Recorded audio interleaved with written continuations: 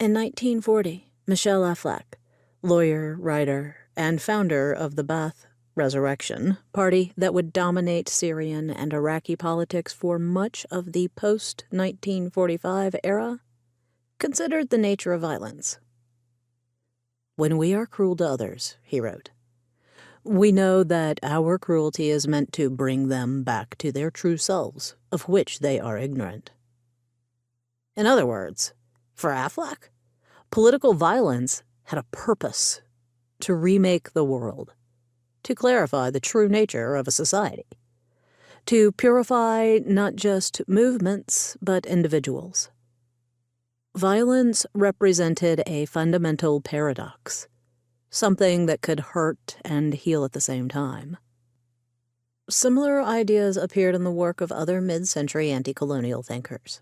Frantz Fanon, for instance, whose passionate 1963 text, The Wretched of the Earth, depicted violence as a cathartic force, here not for the victim but for the perpetrator, who could, through the practice of violence, be freed from his inferiority complex and from his despair and inaction.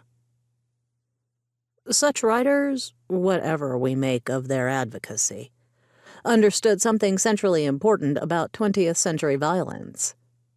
It was not merely an atavistic impulse, a sign of societal breakdown, a descent into chaos, but a political decision, a deliberate strategy undertaken by identifiable actors at particular times with specific purposes.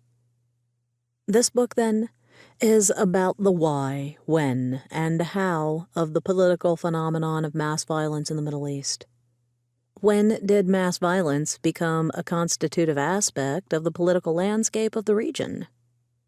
Why did it take precedence over other strategies of state building and establishing political authority, and take similar forms in different sovereign states across the region? How did governments, armies, and civilians alike come to think of mass violence as a viable and legitimate mode of claiming political space and national rights?